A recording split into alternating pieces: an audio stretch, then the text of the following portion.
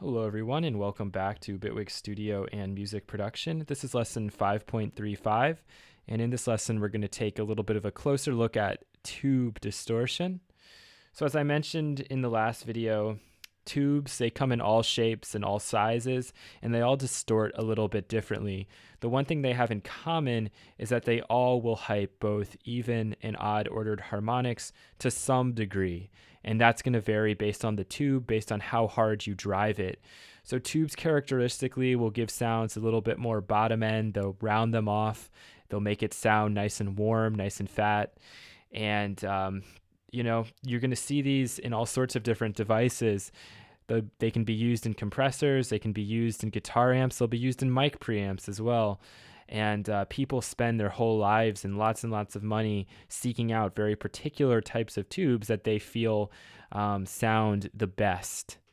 And that has also translated into the software realm as well, where we see hundreds of tube-based distortion plugins out there. There are many good free ones. There are for-pay ones as well. And we're going to take a look at one of those in just a second. But if you wanted to try to add a little bit of tube distortion into your own sounds, you can do so. There's this company here called Art Pro Audio, and they make a couple of single channel tube preamps, which are pretty cool. And if you have an extra input and output, you can just crank up the input really hard, plug it in, and you can send some audio through it and get a little bit of actual true analog tube distortion into your sounds. And I think these are probably for under $50 or so. And yeah, they're pretty cool and easy to use. Just two knobs. So if we go into Bitwig Studio here, let's take a look at this particular plugin. This is the Voxengo tube amp. It's a free plugin. I'll link to it. And it's pretty cool, very simple. We have two modes here. One of these is going to be more of like very gentle, kind of subtle mic pre kind of tube distortion. The other is going to slam it like what we just saw with what we can do with the Bitwig version, something more like you're going to find on a guitar amplifier.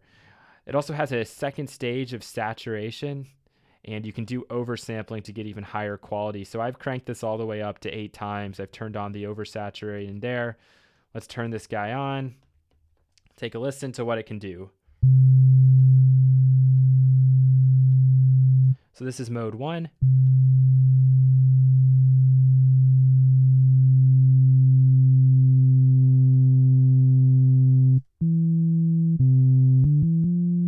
And again, we can watch and see how this is going to follow along as we play up and down the keyboard. So you don't have to worry about doing any resampling. It's going to follow right along with you, which is what you're looking for most of the time. So we can listen without, and then with.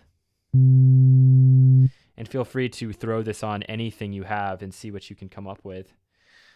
We also have mode 2. Mode 2 is a lot more aggressive, so we have to be a bit more careful with it. And this is, like I said, going to be a little bit more sounding like what you have with a guitar amplifier.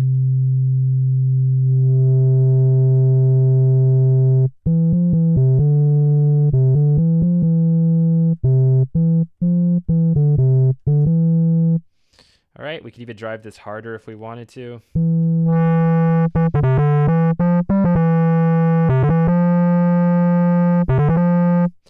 So you can see how it kind of really does focus in and hype on certain harmonics more than others.